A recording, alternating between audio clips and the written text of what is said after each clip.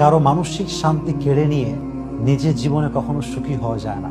অন্যের জীবনকে জাহান্নাম বানিয়ে নিজের জীবনটাকে জান্নাত বানানো যায় না। It's quite impossible.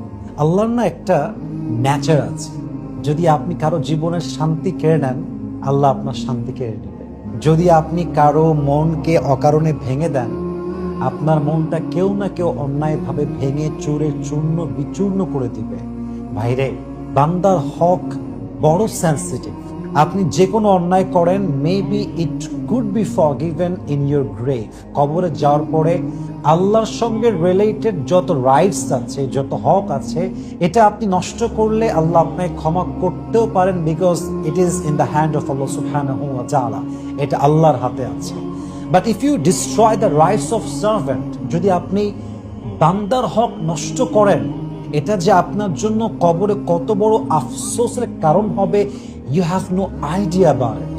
কবরে যাওয়ার পরে যে কোনো গুনাহ মাফ হতে পারে, বাট আপনি যদি কোনো বান্দার হক নষ্ট করেন, কারো জীবনকে অশান্ত বানায় দেন, কারো জীবনকে জাহান্নাম বানিয়ে দেন, কারো জীবনের খুশি কেড়ে নেন, কসম আল্লাহে, আল্লাহর কসম করে বলছি, যতক্ষণ পর্যন্ত সেই বান্দা আপনাকে মাফ না করবে, ক্ষমা না করবে, আপনার এই গুনাহ কখনো ক্ষমা হবে না।